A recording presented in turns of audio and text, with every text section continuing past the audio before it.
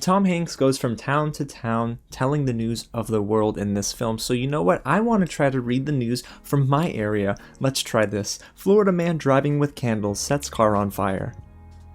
Well, that's kind of stupid. Let's try another one. Florida woman is selling a chicken tender shaped like a manatee for $5,000.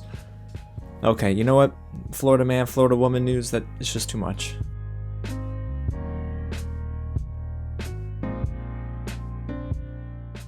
What's going on, you guys? James here with another real review, and today I'm diving into News of the World, directed by Paul Greengrass, starring Tom Hanks, Helena Zengel, and Elizabeth Marvel. A huge thank you to Universal Pictures for providing me with the screener for review.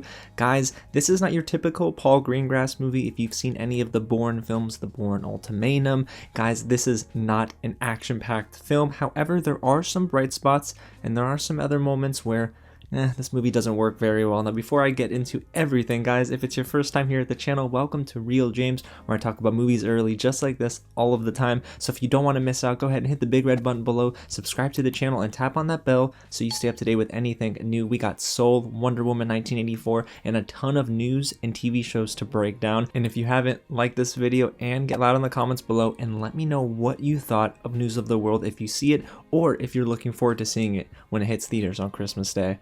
Alrighty guys, so let's get into News of the World. The story surrounds ex-Confederate soldier Captain Jefferson, played by Tom Hanks. He goes from town to town telling people the news of the day and reading articles to whomever would listen. One day he stumbles upon a young girl separated from her family, played by Helena Zengel. He names her Joanna, and they begin a journey together where Captain Jefferson hopes to reunite Joanna with her family. So here's a movie that is ripe for storytelling, and honestly I was surprised that Tom Hanks was playing an ex-Confederate soldier, but it makes sense because this character is turning over a new leaf, and we will talk about that. But let's get into what I actually liked about this film and what worked, which is really Tom Hanks and Helena Zengel. They both turn in some genuine performances, and honestly the movie works best when it is focused on the relationship between Captain Jefferson and Joanna. There is a lot that Tom Hanks can teach Helena Zengel's character here, and vice versa, and when the movie dives into that area, I actually prefer that more so than them trying to explain each character's individual backstory.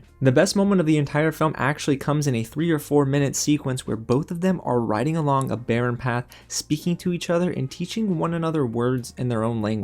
See, for me, this is where both actors are really in their element. Tom Hanks on one hand is a warm individual naturally, and most of his roles really are just very inviting, and here you could tell he was super proud of Joanna for speaking new words and teaching him new words, and it seemed like a really nice back and forth, and I wanted the movie to kind of live in that moment longer, or take elements of that and sprinkle it throughout the film. It was really cool to see Elizabeth Marvel and Ray McKinnon in this movie as well. I love both of them in pretty much everything I see them in. They're in supporting roles here, Ray McKinnon not impacting the film too much, but Elizabeth Marvel does deliver one line that sets the tone for the film. She says, "Your stories can only keep you company for so long." I wish that they maybe would have dove deeper into that. They didn't. We're not going to get negative yet, but let's go on to the next point. Like I said earlier, this isn't your typical Paul Greengrass movie, so don't expect lots of action and shaky camera. But when the film does deliver to us the biggest action scene, it's a gunfight sequence in the middle of the film, that's where I felt like the film was kind of turning a corner. The gunfight sequence was really well shot for the most part, and because of how Tom Hanks and Helena Zengel work together, I was willing to forgive this terribly out of place CGI boulder that was used. Trust me, it was very distracting, but again, I'll excuse it because everything else about that scene was pretty good. News of the World is also really beautiful to look at in terms of the scenery. The landscape shots were breathtaking. This is where I kind of wish I would have seen the film on the big screen because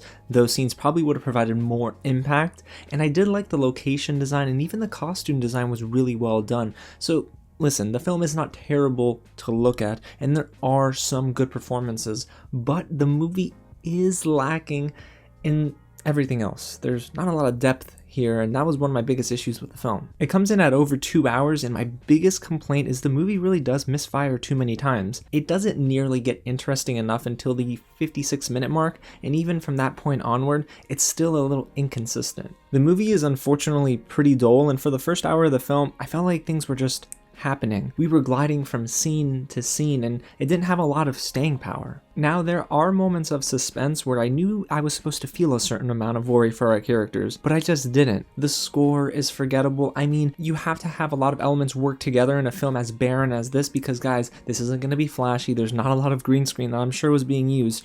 But what I will say is that conversations should have been a little bit more vibrant, and we did not get that for the entirety of this film. I also asked myself this question once the movie ended: was this a story worth telling? The movie never really dives too deep into the backstories of our characters. It just lightly explores Captain Jefferson being an ex-Confederate soldier, and I won't lie, there is a very uncomfortable scene in the beginning of the film where he comes upon a black man who was lynched, and I just hated it. I really hated everything about that scene, but you can tell that the story is trying to give us this new man. Like, he is not the same soldier he was. He actually takes the man down from the tree and buries him.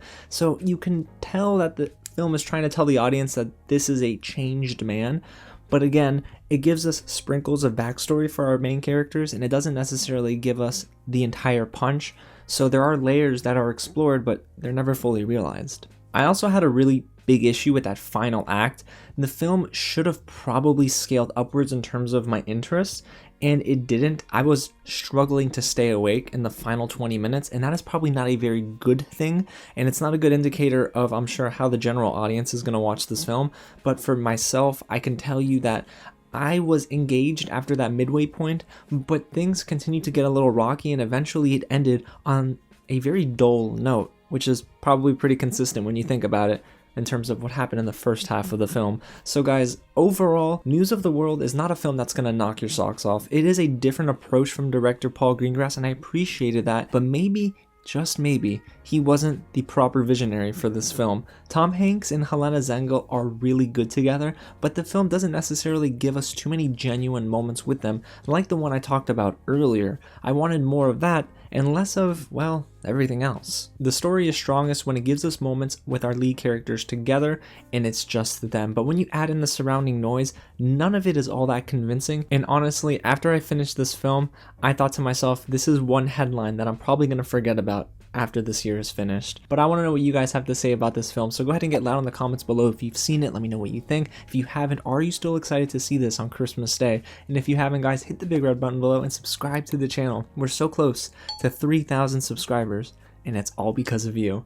Alrighty, y'all, well, I got some more movies to watch this weekend. We got Ma Rainey's Black Bottom next week to review, and I'm going to rank every single Chadwick Boseman movie. I cannot wait to dive into that, guys. Again, thank you so much for watching, and I'll catch you at the next screening.